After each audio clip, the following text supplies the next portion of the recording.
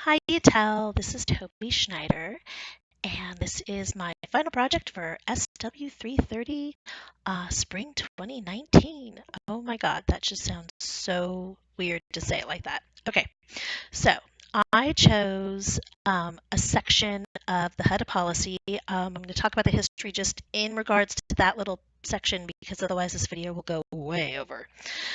It'll probably still go over, just less over. So the section of HUD policy that I picked determines and/or controls college students' access and qualification for low-income or subsidized housing. So the National Center for Housing Management, their Director of Compliance, Joe Ickmeyer, wrote an article specifically dealing with students and qualifications. So it's the low-income housing tax credit program has always had student restrictions as part of its eligibility criteria. A household entirely of full-time students is ineligible unless it meets one or more of the 5 exceptions. No, the policy does not mention what the exceptions are. That took some digging. Anyway, in addition, student eligibility requirements must be met before student income is considered, but the rest of the documentation discusses income and doesn't delve into or doesn't deeply delve into the actual student eligibility criteria. It's all focused on student income, or most of it. So the HUD handbook, it's section 4350.3 revision 1, that we have to be mindful of relating to student income. That HUD directs that only the first $480 of employment income for dependent full-time students age 18 or older be counted. So this is a dependent student age 18 and up who lives with their parents. Their parents are in HUD housing, and this student is now in college or about to go to college. $480 of their employment gets counted in the household income for their Section 8 qualification. Okay, but in paragraph 5 through 6E, which is labeled Educational Scholarships and Grants, and it's section 4350.3, pages 5 through 11, owners and agents are directed to subtract tuition from financial aid and count whatever's remaining as income for the Section 8 program. So if you are on Section 8 and you are a full-time student and you were living in your parents' Section 8 housing, your financial aid, including plus the $480 for your job, all get counted in that household income that's used to qualify you for Section 8. It does not say what in financial aid they are referring to. So it doesn't tell you if it's loans, scholarships, grants, a combination of them, that academic scholarships can't be used, but income scholarships can. Like, it gives you no, it just says financial assistance and financial aid, and it doesn't give any detail. Okay, so keep reading. The IRS states that low-income housing tax credit properties only use the Section 8 formula, so the 480 plus the financial aid, if you are already in a Section 8 house or you're applying for Section 8. So you either have it or you're applying for it. Then the Section 8 criteria can be used. Otherwise, you cannot use financial aid as income. It's excluded from income.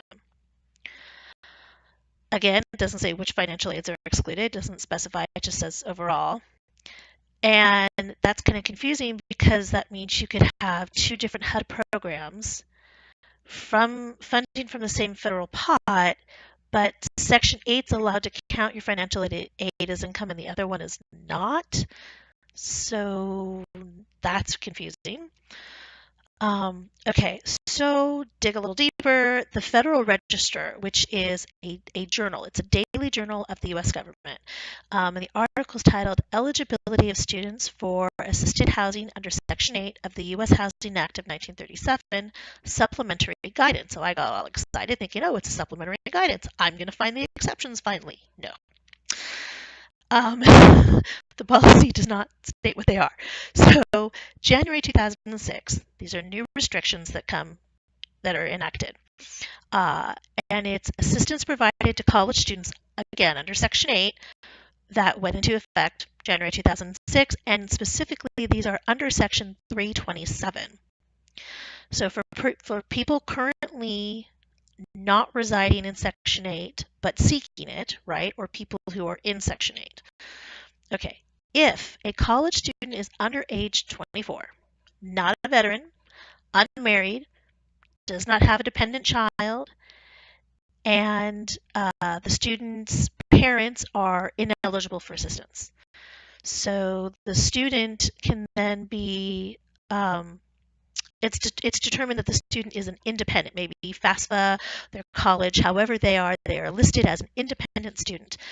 Then that independent student can apply for Section 8 housing, but unless they meet one of the exceptions, they're not going to qualify. So this is, again, very confusing. You're telling me that an independent student can apply for Section 8 housing, but it means that they have to either meet the criteria or meet the exceptions because they're a full-time student. So maybe they're a full-time student who works full-time. I'm not sure how this exactly is going to work.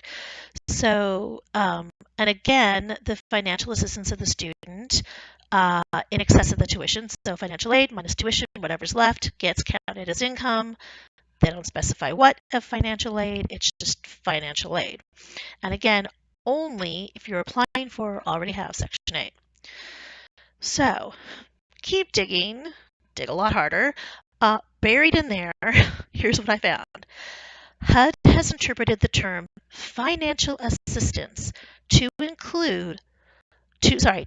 not include loan proceeds for the purpose of determining income. Therefore, Perkins loans, Stafford loans, PLUS loans don't qualify. They're not considered financial aid. They're not considered financial assistance. You can't count them as income. You can only count grants and scholarships. Okay, well, this could help you or hurt you. Hurt you in the sense of you don't have enough income to qualify, and help you in that it doesn't raise your income threshold too high. So, good information. Now I understand how you determine or claim financial aid, but again, it still doesn't tell me what the exceptions are that you keep referring to. Sorry, policy, not you. So, and again, it's what is this whole thing about some programs, Section 8 criteria applies, some aren't going to use it, which programs? How is it if they're both HUD or they're both under HUD or they're both in the same from the federal sources that the Section 8 criteria wouldn't apply? So, okay, what's the difference? I get it, you're Section 8 versus you're not Section 8, but it's both HUD funding. So shouldn't my financial aid be counted as income if the money is coming from the same source, if the funding is the same? This is something I don't understand. Why Section 8 counts it and non-Section 8 doesn't when the money comes from the same pot. Also, it all talks about students, 18 and up and exceptions, but and then it talks about students that are 24 and under, but what about the students that are older than 24? Because it doesn't mention anything about that. So if a student is older than 24, a full-time student has a dependent child, but the dependent child's over 18, because again, it talks about dependent children, but it doesn't give you an age. And my 20-year-old is a dependent child. So, how does that work? Can the financial aid be included along with employment income? I have employment income, I have financial aid, I've got a dependent child, I'm a full-time student. Why can't you count my grants and my scholarships as income if you're not going to count my loans? And what are these supposed exceptions? What are they? Where do they come from? How do I find them? And again, even the policies refer to the exceptions, the subsection refers to the exceptions, but I can't find, it doesn't say go to page such and such, check section such and such, or subsection of something. It doesn't tell you what they are or where to find them. With the rising number of homeless and housing challenged college students, which I may become one of them this summer if I can't find housing,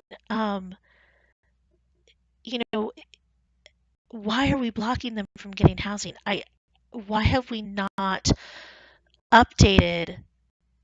This is 2006, right? So you're talking, it's now 2019, 13 years. In 13 years, we haven't updated our HUD policies so that we can house, full-time college students who are also working. We don't allow them, in some cases, to use their financial aid. And if there are exceptions, are there any way to qualify this at-risk population? And if there are exceptions and we could qualify this at-risk population, why aren't they being used? Why are the exceptions not getting applied and buried so deep they can't even be discussed? People don't even know about them and they're workers. So I met with Camille Prasadio. And Camille is a VP in Danco Group. We met on the 23rd of April. The conversation was absolutely enlightening. I talked to Camille and I expressed, my issue of not being able to get hold of what these exceptions were and not understanding why in some cases income is and is not counted. And she immediately picked up on what exceptions I might be referring to. So for the eligibility criteria, she talked about, and this is what she called it, the 5 IRS student exceptions to qualify for tax credit affordable housing. So this is if the entire household is comprised of full-time students, then the following exceptions apply. So the exceptions are any members of the household married and or filing as married. So you're going to do a tax return, you file as married, or you can file as married, but you haven't yet. Receiving assistance under Title IV, but not SSA or SSI. Having recently exited the foster care system, but you fall into ages 18 through 24. Enrolled in a job training under the JTPA or the WIA, or another similar federal, state, local program. A single parent with a child, and neither the parent or the child are claimed as a dependent on a third party's tax return. Again, doesn't tell me the age of the child, so I don't know if that's 18 and under only, or if it counts if they're 20, because 20-year-olds are still claimed as dependents. And here's where the but comes in. This is my favorite part of the conversation. But if even one college student in that household is not a full-time student, then the above exceptions do not apply, which means Camille and Danco employees could qualify them as a household of students if just one of those students attends part-time. And there are several new properties Danco is opening in Humboldt County. I believe she said it was 6 in or by December of 2019. So you're talking about, 6 multi-unit housing complexes for low-income housing opening up within 2019 that, a household of students could apply for if just one of those students is a part-timer. Now, again, they're not Section 8, so no getting to count financial aid as income. They'd have to have employment. But this means that myself, a full-time student, my 2 roommates who are also full-time students, and my 20-year-old daughter who is a part-time student and my dependent would be eligible to apply. We just can't use our financial aid. Again, there's that financial aid thing. It keeps coming up that, they say eligibility criteria is supposed to trump income, but it keeps coming back to income. So, great conversation. Answered all the criteria eligibility questions. Doesn't solve the income problem. So in comes, the next set of questions, which is, okay, I understand eligibility, I understand the exception rules, but where are these income determination rules coming from? Why do some programs consider financial aid as income and others do not when they are both under the federal umbrella or HUD umbrella? I personally have been turned down for services and programs, some of which considered my financial aid as income, so you have too much, you're turned down, and others, I don't have income because they won't count my financial aid, and so I'm turned down. It's a, pardon me, damned if you do, damned if you don't scenario that I have been caught in off and on for years with no ability to get the policy or the ruling or where that policy is coming from that's making that determination. Nor have they had a good response to me questioning the policy. To me, it appears that each program gets to decide or interpret the rule as they see fit, but I don't even know exactly what that rule really is and where it's coming from. So I thought if anybody knows, Shantae is going to know, right? So I met with Shantae Cat. She's the off-campus HSU housing coordinator. Her job is to, she's also an MSW student. Her job is to house students off campus. She has, she's so knowledgeable and she's working on so many programs and she's done so much to bridge the gap between landlords and students. If there's anybody who knows what those darn exceptions are and where these financial policies are coming from, it's got to be Shantae. So April 30th, with hopes and expectations, Shantae and I get together, and we, start by discussing my student financial aid, my loans, how they're both considered and not considered as income, depending on which housing or which program I'm applying for. And a very long conversation, in short, comes down to it depends on who's funding the housing or program. That it literally comes down to where that housing or where that program's funding is coming from. It was like an answer, but not an answer, which she knew when she gave me, and it was absolutely frustrating. So I'm going to try to break this down. If the physical residence receives funding from federal programs, then HUD applies and takes precedence. So the HUD criteria, the HUD income rules take precedence over other rules, which means student loans cannot be counted as income. And the HUD exceptions also apply first. If the physical residence does not receive HUD monies, but it does receive state monies, then it depends on which program from the state the monies are coming from. So which state program funds you determines your income and eligibility criteria. If the physical residence receives no government funds, but does receive grant monies, then it depends on each and every grant they receive as to what the rules and criteria are. So if you have 6 grants, you have 6 sets of rules for both criteria, eligibility criteria, and income. So this is why it's easier for students, or for Shantae, to get students qualified for privately owned or small corporation, property management, housing complexes. Since they don't receive funding, they can individually choose their own criteria and what income sources they will and won't accept. Whether or not they will consider financial aid or whether they won't is up to them. So Shantae also adds that, and this is interesting, if a program under service worker states that they will or won't include financial aid as income, she strongly recommends that you ask for a supervisor to check and clarify that decision and the rules.